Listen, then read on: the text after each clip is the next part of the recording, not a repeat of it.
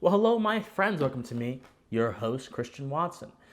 So, my friends, I genuinely believe the moment that the country, America, is generally in right now, the post-Roe movement, is actually a very important and valuable moment for three particular reasons, with the third one being most important. And I'll tell you why in a second. But if you support philosophy-based commentary about current events and politics, then please, I would encourage you to just leave a like on this video, subscribe to this channel, send a comment down on the comment section, tell me how I'm doing or what you think, and just get this message out there because it's so important. Now, let us proceed. So, my friends, the post-Roe moment is important, as I mentioned a few moments ago, for three primary reasons. Number one, I'll explain the first two moments in brief detail, but I'm going to focus on the third moment much more because those first two lead into the third moment. So the three important reasons are this. Number one, Roe showed, or rather Dobbs reinforced the proper role that federalism has in our country to the structure of our republic. Number two, the Supreme Court and Justice Alito, by stating resolutely that he is going to interpret the Constitution as it is meant to be interpreted, not as a document that grants this sort of expansive sea of so-called rights to different people, but as a document that prescribes certain things and does not prescribe certain things, and to leave it within its proper bounds. That kind of interpretation allows the Supreme Court to adhere more strongly and faithfully to its foundations. And if something lacks foundation, it doesn't make any sense. It is a senseless thing. And unfortunately, for so many years, the Supreme Court has been laboring in senselessness. Then, the last point. This post-Roe moment has incidentally exposed the irrationality of the idea of collective or group rights by both in principle and by a brief examination of the people who are protesting for a woman's right or abortion right or whatever. The reactions and the principle have both shown in this moment just how irrational the fundamental basis of that idea is. I'll start with the first point. My friends, federalism has been at the center of our country's political conflicts for so many years. Whether it's in the Civil War, which was a question about slavery, but it was also a question about federalism. It was a question about the state's ability, or states' abilities, plural, to govern themselves. And regardless of how you feel, I have my feelings in the Civil War are quite conventional. I think that the Confederacy was largely built upon the desire to maintain slavery, but there were also other facets as well that are often overlooked by history. But regardless of how you felt, federalism was essentially a key component of that, and since that point, federalism has been marked negatively by that concept and by other concepts as well. States' rights has been used as a term to brutalize people and their own individual rights, which is why I don't like the term states' rights. I simply prefer I prefer the term federalism more generally, because states' rights suggest that governmental entities have rights if you have a strict reading of it, and that's not the case at all. Individuals have rights, and the state exists to protect those rights. In any state, I don't care if they are a local government or if they are a big government, that violates those rights needs to be held accountable. So I'm not entirely in this camp of worshiping localism, worshiping federalism, but I do understand that our founders generally understood, with some variation and difference, generally understood that when power is concentrated at a local center, there is more chance for accountability than if power is concentrated way off in Washington. And we have seen empirically this truth come to light with the advent of the administrative state after the Progressive Era, where the centralized government, more than any other period in this country, perhaps save the Civil War. And during the Progressive Era, the centralized government grew stronger, like this sort of pulsating, beast that had just been injected with some chemicals that made it stronger. It began maintaining control over the seas, over lands, the invention of national parks, which are simply just government-managed pieces of land, all kind of things. The expansion and invention of the income tax, the sort of invention invasion into the rights of one to keep their money for their purposes or what have you. That is what the progressive era brought, and that's what the administrative state was created to facilitate. So federalism has been beat up and bruised for a very long time in this country, for almost a century, even more than that. And the Supreme Court has aided and abetted this process by creating rights that don't exist, and thus emboldening the administrative state in its quest to conquer, or continuing conquer, the freedom of the people. And so this ruling was a rejection of that, and that's a good thing for fundamental reasons.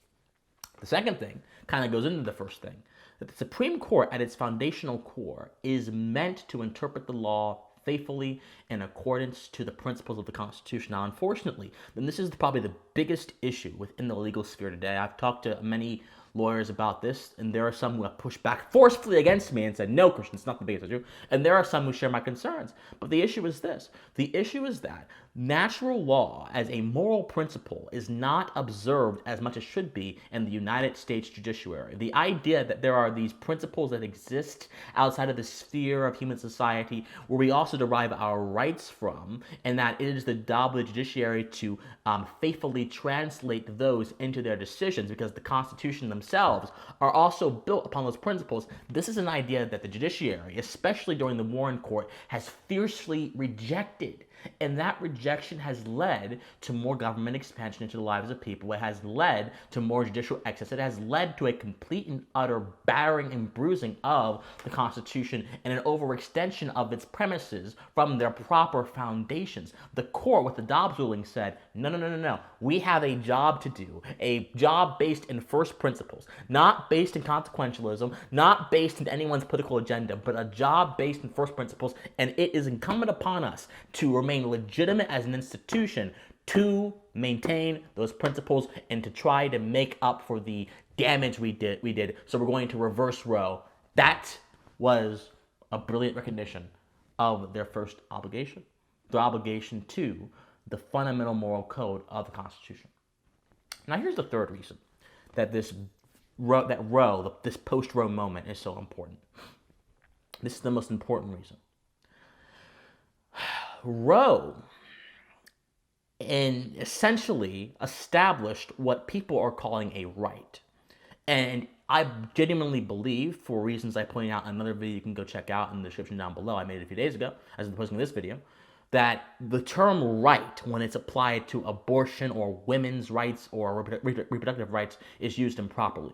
Because rights are not qualified by particular conditions. A right is not specific to a certain act. So there is no abortion rights. There is no gun rights. There is a right to defend yourself, which definitely includes your ability to possess arms, but guns don't have rights. There is no right to an abortion, because abortion is a procedure, it's a process that requires someone else's labor. Plus, that's just the technical argument. If we get into the more moral argument about it, you could argue that abortion is also an act of murder as well. I believe that it is. That's separate. You don't have to accept that premise to accept what I'm trying to say. The point is, individuals have rights.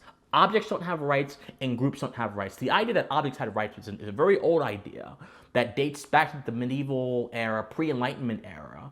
And Grotius, the great ferocious Grotius, one of my favorite philosophers, he fixed that with the help of Suarez, the Spanish scholastic. But no, rights come from the word ius. And ius is this Latin idea which initially simply means just. It also means that which belongs to a person. Grotius took this idea and developed it more and more and more, and this became the source of the idea of natural rights, which is what the Constitution is based on. So the rights are centered within the individual, and rights also recognize the moral agency of the individual. An individual does not have rights if he does not have a way to act in this world. And all individuals, being self-acting and self-controlling, all have these rights within them so they can act morally. Now, there are some individuals who completely ignore their moral obligation and their conscience, the moral sense, so to speak, where they have this sort of internal feeling of being compelled towards best action.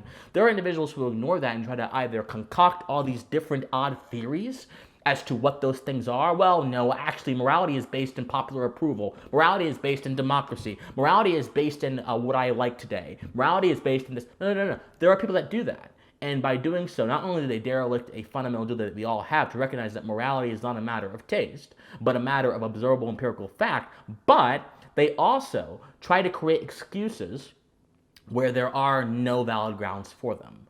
Then there are others who would just blatantly violate, they know about these rights, but they'll just violate them because they can. Because again, these rights require a structure to protect them. And the individual, being one entity, is not sufficiently capable of protecting his rights from a group of men that would seek to steal them. This is why governments are instituted among men. Unfortunately, governments have become these group of men trying to steal them. What's the point? Rights are focused within the heart and soul of the individual as proven by the origin of the term rights. This monstrosity created by Roe and by the sort of progressive understanding of rights, the idea of positive rights, has taken rights from the individual, ripped them from the individual, and made them a abstract group idea.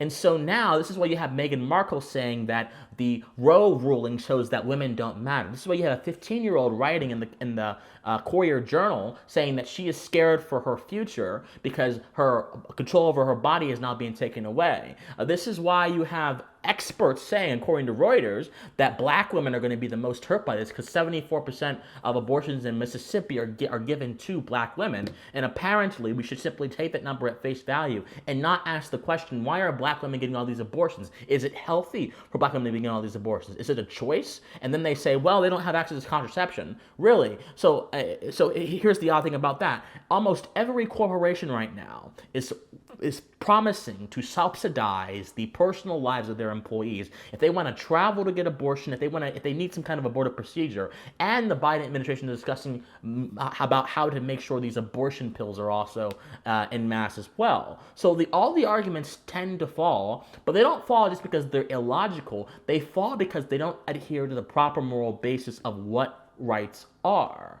Now, if a man believes he can fly, not R. Kelly, because R. Kelly is not flying anywhere after what happened to him quite recently with that conviction, but if a man believes he can actually fly and he jumps off a building without any sort of apparatus, he's not going to be able to achieve his goal. Similarly, if someone has a mistaken moral notion about a certain concept, if someone believes that rights belong to the group as opposed to the individual, that person will forever be in error whenever they talk about what rights are. They will not be able to make a correct conclusion or claim about what rights are. And that is what the Roe moment is exposing. Because what proceeds from false premises? Oftentimes destruction. So dysfunction and destruction, rather. So you have Antifa going out there, bombing pro-life pregnancy centers, saying if abortions aren't safe, we are not either. Well, that's also Jane's revenge. And the reason they're saying if abortions are not safe, as if abortions are this sort of tangible thing that deserves protection, is because they see abortion as a right belonging to women, and they thus see, by extension, any attack on abortion to be an attack against women, and this is where group rights leads you. It leads you to justifying immoral actions on the basis of abstract principles that are in error and are incorrect by definition. That is what the post-Roe moment is showing us. That group rights is an irrational concept, A, and B, that any actions that are taken to affirm or protect group rights are actions made in error and will thus have erroneous consequences. And we're seeing that right now with this so-called rhetoric about women being attacked, with this idea that women don't matter because of abortion, which is very odd because there are plenty of women who actually oppose abortion. Do those women matter? I mean, if anti-abortion women, people who don't believe in abortion, oppose abortion, then would that be included in Meghan Markle's category of women not mattering? Again, this abstract logic breaks down when it is taken into concrete terms. That is what the post-Roe moment is showing. So to summarize, the first reason this is good is because, again, Congress is, rather, the Supreme Court is adhering to federalism. Federalism is what allows our structure of government to work and work well and work morally. So the Supreme Court is recognizing its fundamental foundations, which also allows it to work better and work justly. And number three, the idea of group rights is being exposed as irrational, both in principle and disastrous in consequence. These are the lessons of the post-Roe era, and it behooves all of us to take these lessons and transmit them to future generations, because I believe the preservation of our great American experiment relies on it. Take on it, my friends. I love you guys so much. If you love me, please be sure to go to my Patreon, patreon.com/officialcwatson, or PayPal, officialcwatson@gmail.com. Please be sure to like this video, subscribe, comment, share this video, do whatever you can. My friends, I love you, and please stay pensive. See you next time, guys. Bye.